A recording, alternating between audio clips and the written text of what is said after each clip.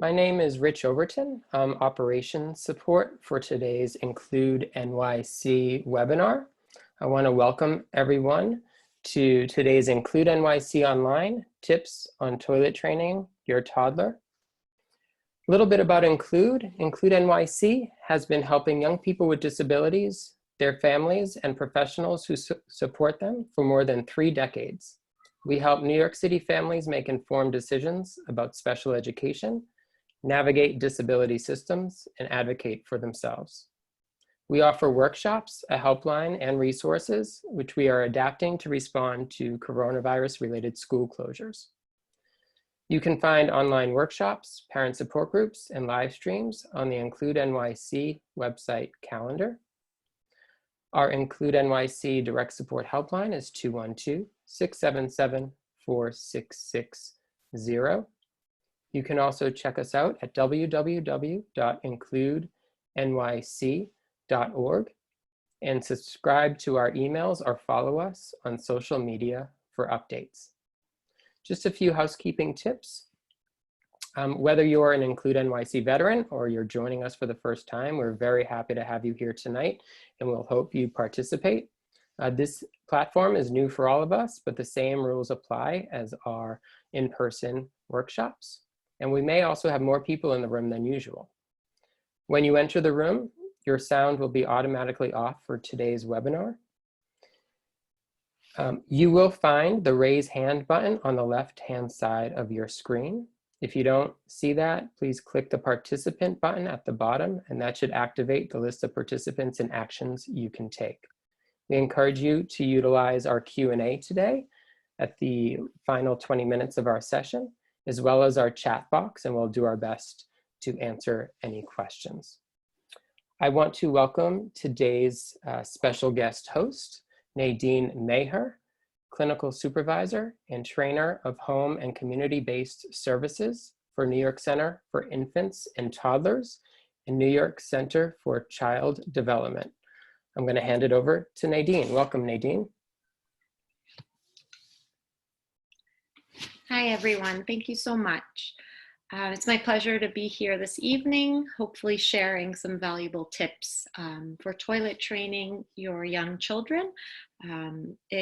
I received this call to share this time with you last week, and my colleague at Include NYC called to ask if I would speak on this topic, and I started laughing because I was actually in the middle of toilet training my 2.5-year-old. So I am a parent as well, and I'm in this with you. So I'm happy to be here to share some valuable tips as both an educator and as a parent.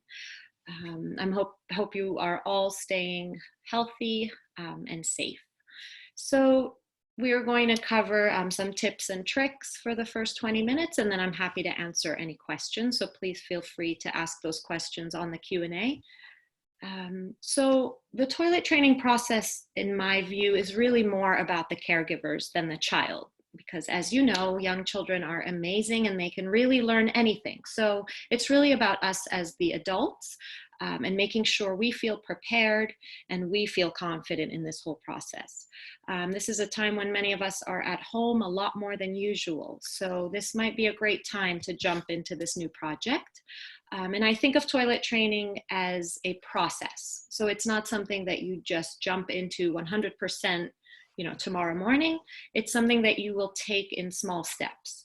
So feel free to really look at this as small baby steps, and maybe you're toilet training your child maybe just for half an hour or 1 hour per day at the beginning, and then you can slowly add on that time. The best thing to prepare yourself is really to make sure that you are ready to take this on, and that it's not a time when you might have a lot of outings or a lot of appointments you have to do, or a time when you're possibly working at home. So perhaps picking a 1 hour time slot when you are really free to devote this time and attention to your child at home. And really talking to the other caregivers in your home and making sure you're all ready to be on the same page.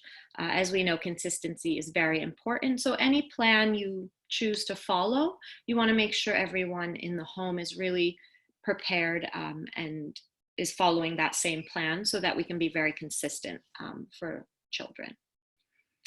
In terms of preparing your child, of course, allowing them to watch any fun videos of Elmo going potty or reading any books you might have at home. This is a fun one that is P for Potty with Elmo if your child loves Elmo. If you don't have books at home, that's okay. Perhaps you have little dolls or stuffed animals that can pretend to go pee-pee on the potty and your child can watch and imitate. So those are just some fun ways to introduce this new concept if this is the first time you're toilet training your child. And really the best age to start with young children, especially with young children with special needs, there's a broader range. Of course, if you Google this, you might find that people say you can start at 18 months of age. And we know that children with special needs might have some language delays, might have some behavioral challenges, communication delays. So we want to be sure that this is a time where you can fully support your child in terms of communicating the need to go to the bathroom, and also making this a very fun experience for them. So that's a great way to kind of think of it as more of a game, as more of a fun activity, rather than something that's more laborious or challenging. So having little dolls or stuffed animals be part of the process can make it fun. So also thinking about what words you would like your child to use when they're requesting the bathroom. So thinking of this ahead of time. Some children might just use the word pee-pee. Some children might be able to say, I need the bathroom. So of course, every child is very different and their language skills are very different. So we definitely want to make sure we're all expecting the same kind of language. For children who are not yet using their words, that's okay. This is the sign for potty. So it's the letter T and you shake. But of course, if some children have a hard time forming this letter T, we can just modify and have children request this way.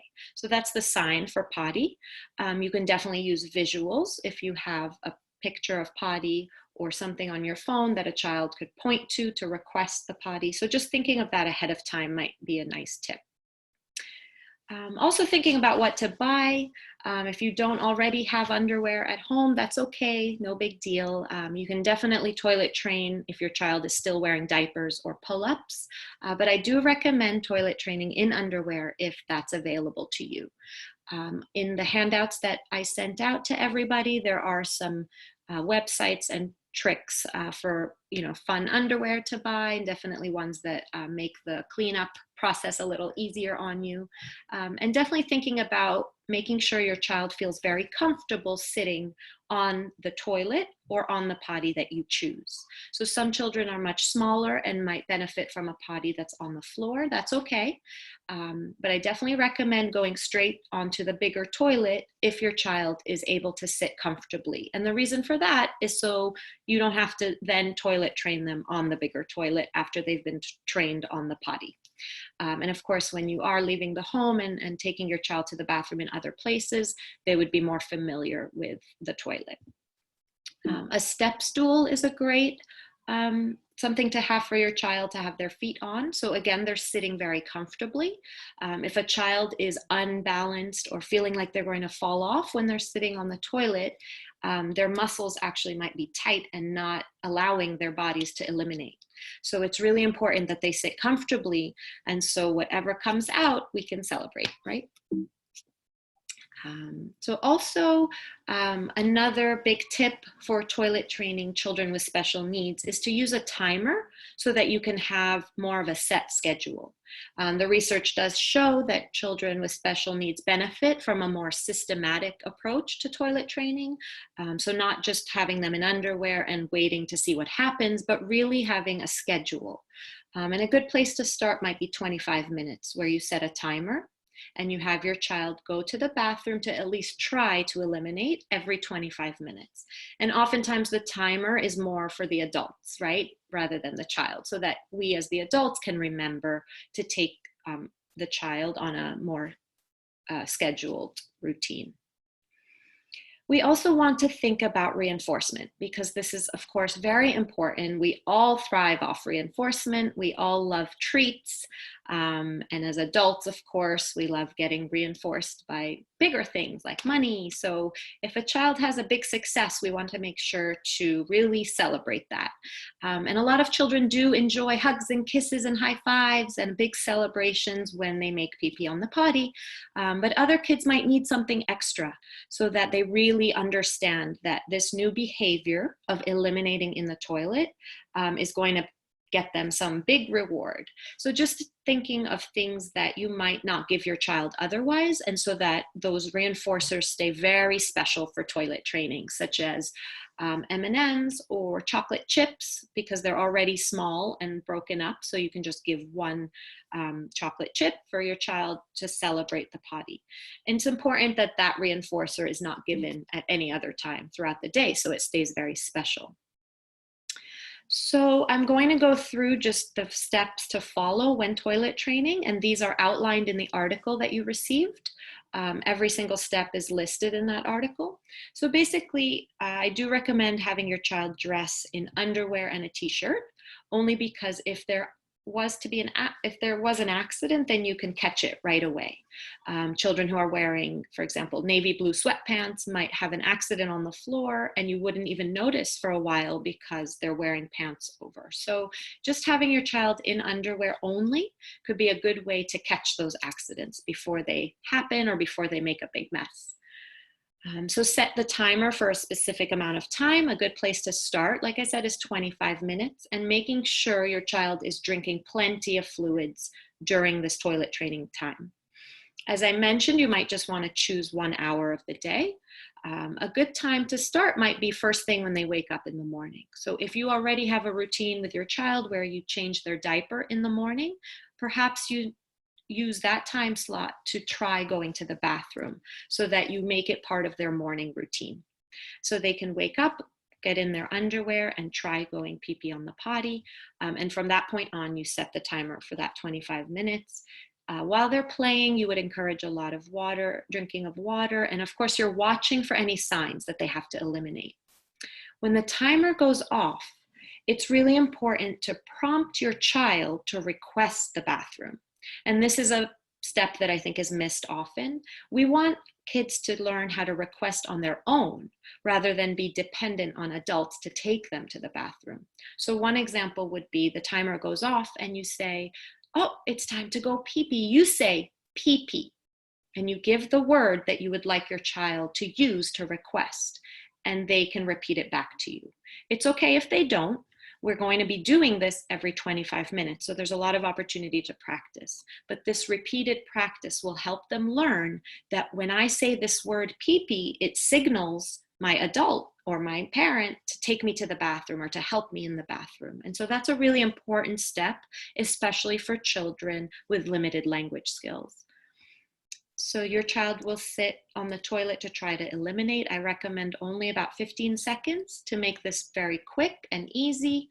Again, we don't want to get into a power struggle or any behavior issues around this. Having them just sit, maybe you sing a song to them, maybe you sing, just Twinkle, Twinkle, Little Star, and that's how long they sit on the toilet. And if they don't eliminate, that's okay. We just say, "Good job trying." We praise them for trying. They pull their underwear back up and practice washing hands, and then they go back to playing, and you reset the timer. I'll talk about what we do when there's a success. And of course, this is the time you want to be very, very animated and reinforce your child with a lot of social praise, high fives, hugs and kisses, and saying to them, "Yay, you made pee-pee in the potty," and have them see what that pee-pee looks like so that they really understand what you're expecting of them. And of course, giving them that reinforcer that we talked about. So perhaps they get, a little Skittle or an M&M or something to show them that they did a great job. Of course, we will we'll think about fading that reinforcer back over time so that you don't have to give it every time. But it's important to have one at the very beginning stages of toilet training. When there's an accident, it's important to stay very neutral. So this is not a time that we want to have any consequences or punishment for having an accident. The most important thing, if you can do and see If you see that your child is starting to have an accident, right away prompt them to go to the bathroom. So right away help them get to the bathroom, and perhaps they can finish the accident on the toilet. And this is a very important step, again, especially for kids who really need this repetition, so that they can see that they are expected to eliminate on the toilet. So if they have an accident and you missed it, it's okay. We want to stay very neutral and just say, let's make pee-pee in the potty, or something like, remember, pee-pee goes in the potty. And maybe you point to the bathroom. Change your child, help them clean up, and then put new underwear, and then continue. We definitely don't want to make this any sort of an aversive procedure, so I wouldn't recommend having your child clean up the floor or anything like that. Again, we want to stay calm and neutral and positive, right? So our kids really need to see that if we're positive and encouraging about this whole process, that they can do it. Again, if you're seeing a lot of accidents in that 25-minute interval, it's okay to scale back and put the timer for 15 minutes so that you can take your child more often. Some kids, can drink a cup of water and hold it for a long time. Other kids need to go more often. So you'll kind of get to see how your child's body reacts to this. So the last few tips I just want to stress again is that we want to stay very positive in this whole process, that this is more about you as the family. So take on a small piece of this process at a time, and maybe you only toilet train for about half an hour or an hour a day, and then you put your child back in their diaper or pull up for the rest of the day, and that's okay. And really the consistency across caregivers. So making sure we're all having the same expectation for the child. Again, in the handouts that we sent out, there's some apps in the back at the end, just for you to kind of see some apps that you can use. Daniel Tiger and Dora and Elmo all make very fun potty apps and ways that you can reinforce your children and keep this fun and light. So we're going to look at the questions. If anybody has any questions, please feel free to write them in the Q&A or the chat box on your screen.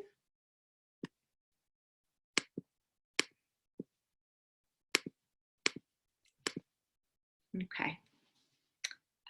Okay, so a question came in. Do you have any additional tips for parents who have been training for 6+ months? So I'm happy to answer that. It's hard without knowing more information just about your child's age and what your toilet training strategy has been for the last 6 months. But if you feel that your child's having a lot of accidents, and is perhaps not understanding the concept, you might, and if, for example, if you're not using this, the systematic schedule, that might be something you want to go back to, even though you've been doing this for a while.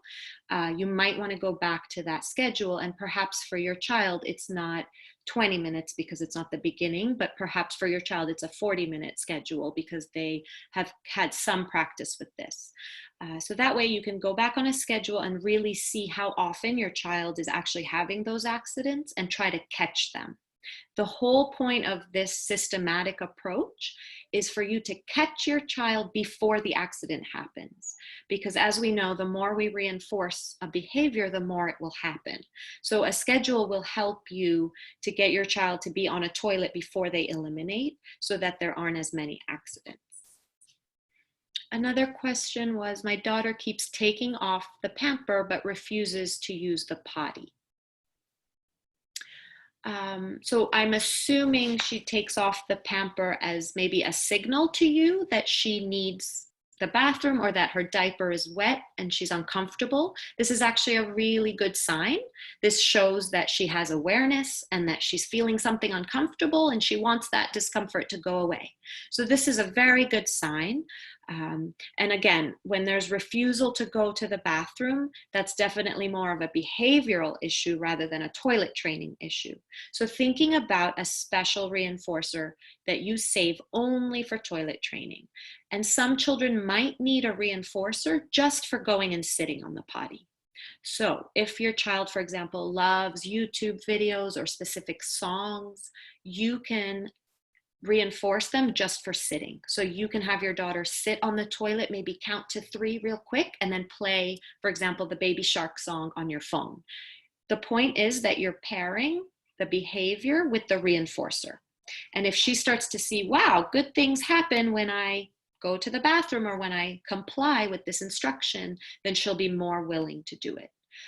So for children who are refusing to go to the bathroom at all, you might just want to work on going to the bathroom, sitting for 3 seconds and leaving, and that's it.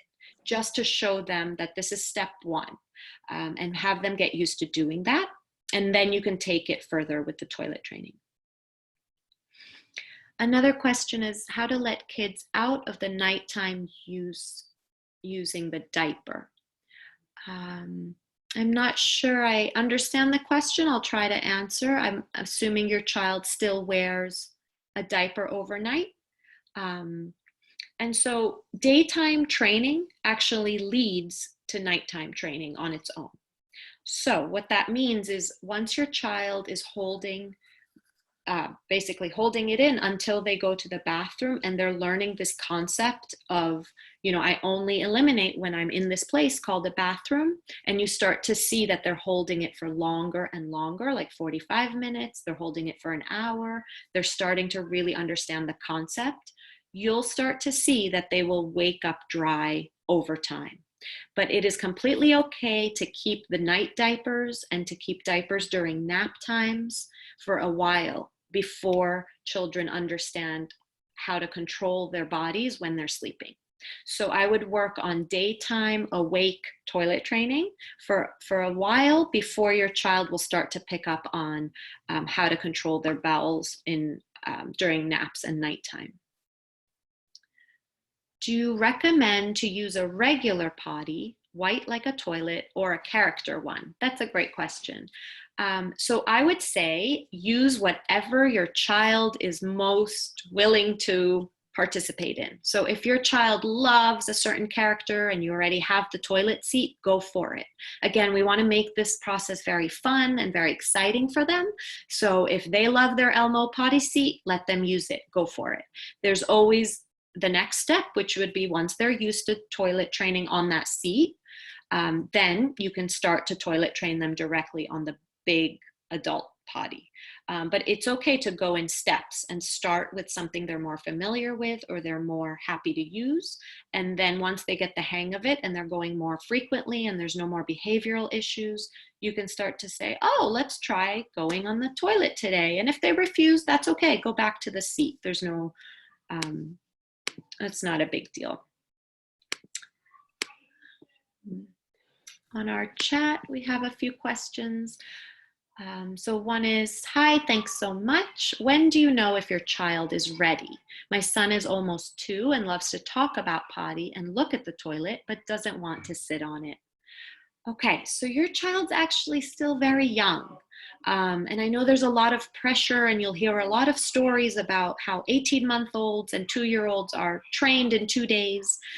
I really don't consider somebody to be fully toilet trained until they are conducting the entire toileting process 100% on their own.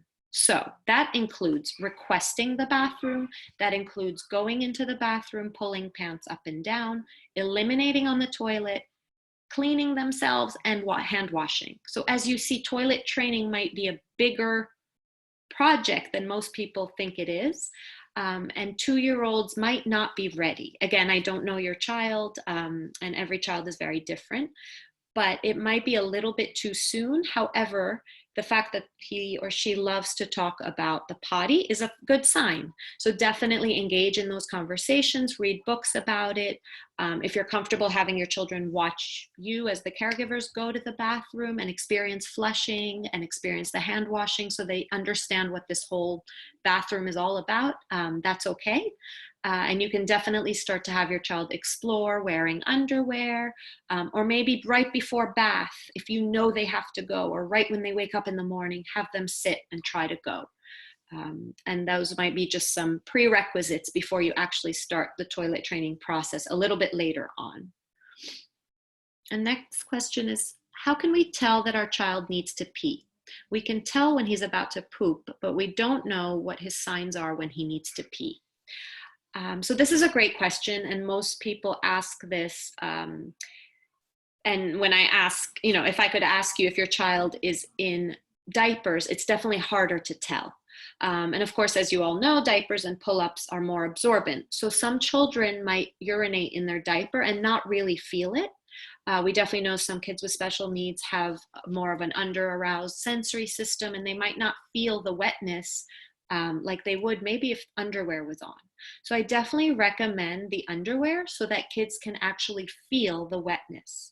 And if a child does not like that wetness, that's actually a very natural way to toilet train, and a natural, they'll feel more motivated to go eliminate in the toilet so that they avoid that uncomfortable feeling.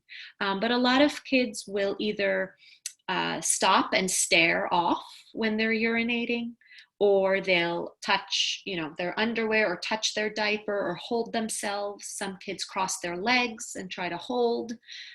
So maybe if you start to pay attention a little bit longer, and if your child's wearing underwear, you might notice some signs that you might not have noticed before. All right. Okay, one more. She takes off the pamper. I thought that she might like to use underwear, but she doesn't want to use anything. Okay, so again, the underwear can be new and not so exciting for some kids. And so I definitely recommend, again, if your child loves characters, then perhaps trying underwear with that character on them. Again, for my 2.5-year-old, she's actually 3 next month. She loves Frozen characters. And so when she saw the Frozen characters on her underwear, all of a sudden the underwear became a lot more exciting than they were before, if I had just shown her a plain color. So again, every child is very different. And some kids just need to experience wearing the underwear a few times. So I would just have her explore with that. Maybe she wears it for 10 seconds and then takes it off. And then the next day you try for 20 seconds and then celebrate that. So the same way that we want to celebrate every success, you want to use that same strategy with even wearing underwear or sitting on the toilet. So start off very small. Maybe she wears it for 3 seconds and then you say, yay, good job. That was so great. You're such a big girl. And then she puts her diaper back on. And that way she starts getting used to this concept slowly rather than rejecting it and then not trying at all.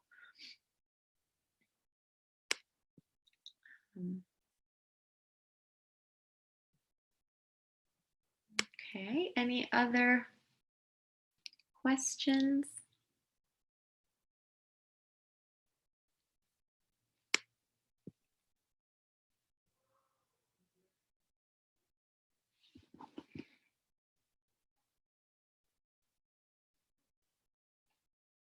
I appreciate the positive comments. Someone said this was so interesting and helpful. Of course, and I provided my email in the handouts, so I'm happy to answer any questions that you think of later once we get off. If you think of any questions tomorrow, please feel free and reach out on my email. I got a question asking, how long should potty training last? And of course, this question really varies for every child. I'm not sure if that's the answer you want to hear, but every child is so different, and it really depends on their level of understanding of the concept, how quickly they catch on to the concept of toilet training. What I will say is that the more practice that anyone has with any skill, the faster they learn. Right? So this goes for adults too. If we decide to take tennis lessons and we practice once a week, or we practice 3 hours every day, you know which person is probably going to catch on to how to play faster. So it's really that same concept. If you can devote, that half hour or 1 hour every day and it's consistent, or if you have a longer stretch of time and you can put it towards potty training, your child will learn faster. It's all about opportunity to practice. Another question is, hi, you mentioned that in the beginning we could take an hour a day and focus on potty training. How? Yeah, so I had mentioned that because I think sometimes people think of toilet training as, you have to wake up the next day and work on toilet training all day long, which I think feels very scary for many families, especially if you have multiple kids at home or you're working from home now or you have other responsibilities. It's very hard to kind of devote the whole day to one thing. So what I was suggesting is really taking a small chunk of time. And because when I say toilet training, I mean toilet training in underwear, that definitely requires the adult to be extra careful and extra vigilant to look out for those signs, so that we don't have big messes and so that our children learn to practice on the potty or on the toilet. So again, if you only have a half an hour in the morning to try these strategies, it's better than nothing. And if you have 2 hours, it's even more time devoted to it. So definitely pick a time frame that feels good for you. And I think you as the adult needs to feel the success almost more than the child, so that you feel like, okay, this is working, and that you're more willing to devote more and more time. But it is very challenging. So definitely pick a time that works for you. All right, again, as I mentioned, my email is in the handout. Please feel free to email me any questions, and please feel free to visit the includenyc.org website. It's really a wonderful organization with so many resources. All right, I'd like to thank you all for taking the time to join us this evening. I hope you had some tips that you can walk away with. Good luck to all of you, and please stay healthy and safe. Thank you.